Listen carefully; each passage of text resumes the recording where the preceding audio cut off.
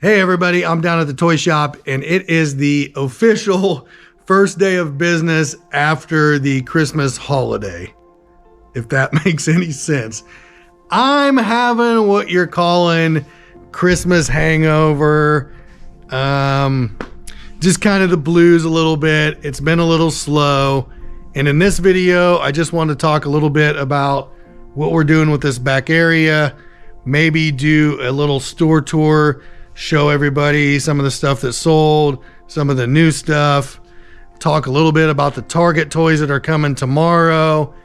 And you know what? I'm going to open up a little bit about what I think is going to happen after Christmas, if we're going to make it or not, how I think the store is going to do, and what it's going to take to keep the doors open maybe. I don't know. I'm not going to go too big into it, but we'll talk a little bit after we do a store tour.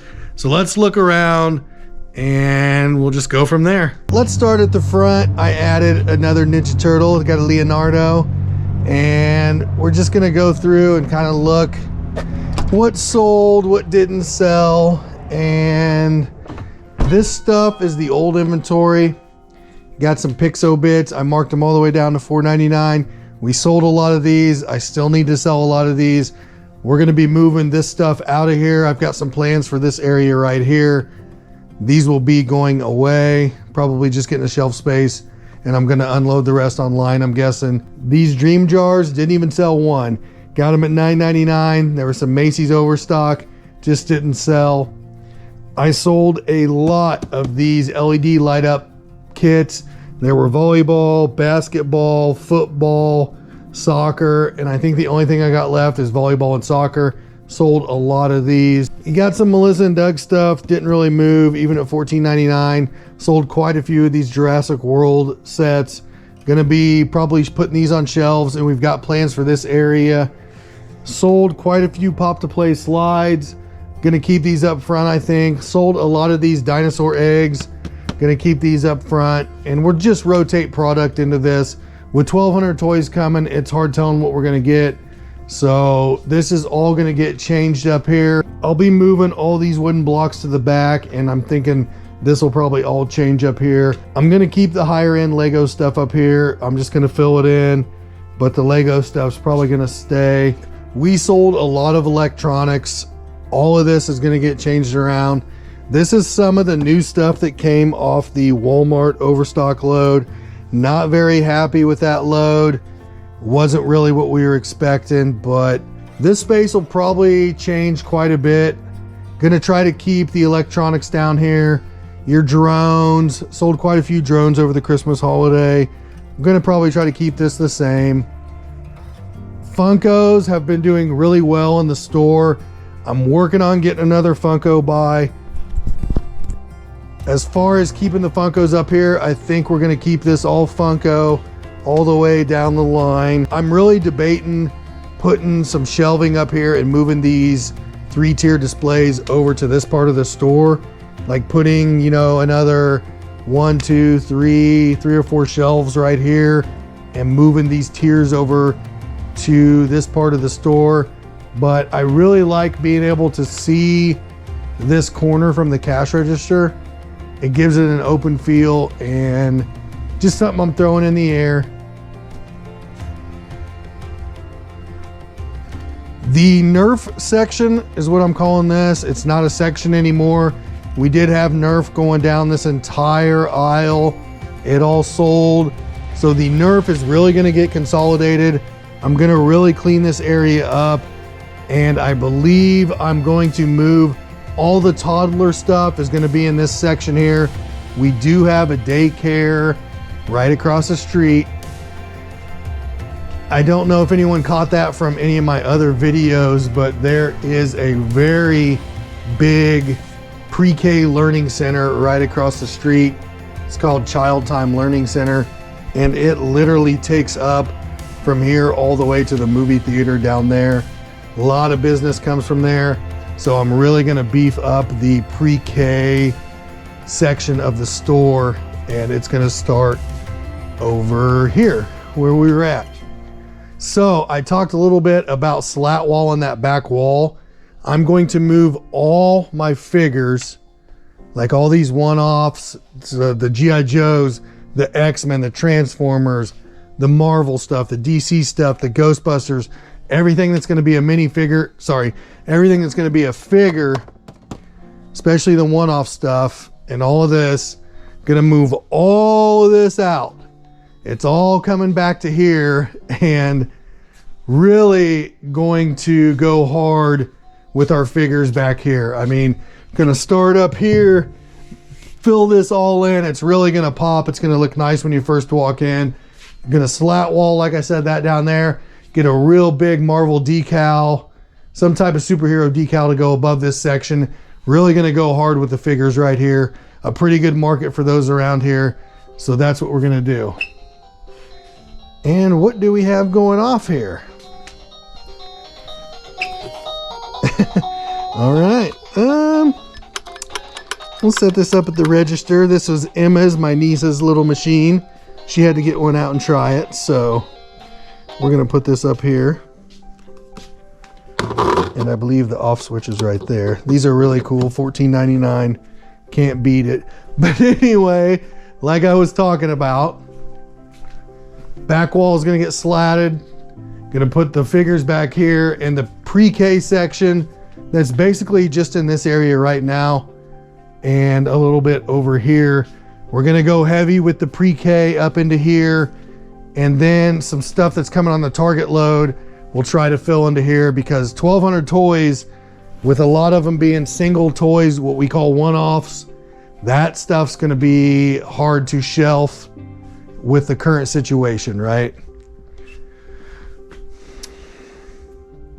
Moving into the end caps, depending on what comes on the loads, we'll probably keep those relatively the same. This area is going to look completely different. Going to revamp this whole area, even possibly revamping this part where we keep Legos. All that's going to kind of change, right? Swinging over to the Barbies, what I'm calling like the Barbie Nana surprises, the LOL stuff. This will probably stay about the same. We're just going to add stuff into it from the Target load that's coming tomorrow. And we're going to fill all this up back here tomorrow. This section right here is kind of what we're calling the not toy section, the random section. We're going to be revamping this, doing something different to this area, filling it up, but it's going to change. As far as stuffed animals goes, I'm probably just going to keep these right here, keep this the same. Don't think there's any real need to change this. Just keep it the same for now. As far as the puzzles and games section, we're definitely going to keep this beefed up. We're going to keep this looking clean. Puzzles and games are a big seller for us. We want to keep it that way. And puzzles and games shelve really easy. Easy to put these up, easy to make it look neat. I do need to button this up a little bit. We've sold out of those. But we are on the lookout for more of these rotating kiosk deals. Like I said, this part of the store up here, not really being utilized that well. I'm going to really focus on getting this part of the store more traffic. Now that we did the walkthrough, I just kind of want to get some stuff off my chest, talk about a couple things. Mostly about, you know, what's going to happen after Christmas. Obviously, Christmas is over. That huge spike in sales that we had, that type of money is only going to come in before Christmas, you know, leading up to Christmas. And then I expect sales to really dive off. As a matter of fact, today we did have customers. We did make some sales. It was steady. I was really kind of surprised, but I am extremely worried. I'm nervous, and we're experiencing, you know, the post-Christmas part of being a toy store. I've never opened a toy store. I've never owned a toy store up until now. So this was to be expected. I 100% did not think that we were going to keep the sales up, right? Realistic. I'm not the sharpest guy in the world, but I'm also, you know, not the dullest knife in the drawer. My big concern was how deep is it gonna dive? You know, how far down are the sales gonna be? You know, I can't hire any help. That is not sustainable. Definitely can't hire any help. And I'm working 7 days a week. On my days off from the railroad, I'm here at the store. 8 hours Saturday just being open, not including what needs to be done before and after. Sunday it's 6-7 hours. It's just a lot mentally, physically. I'm exhausted, and pile on being worried if we're gonna make it. It's just a lot of stress. Stress is up to here. I'm not sleeping at night.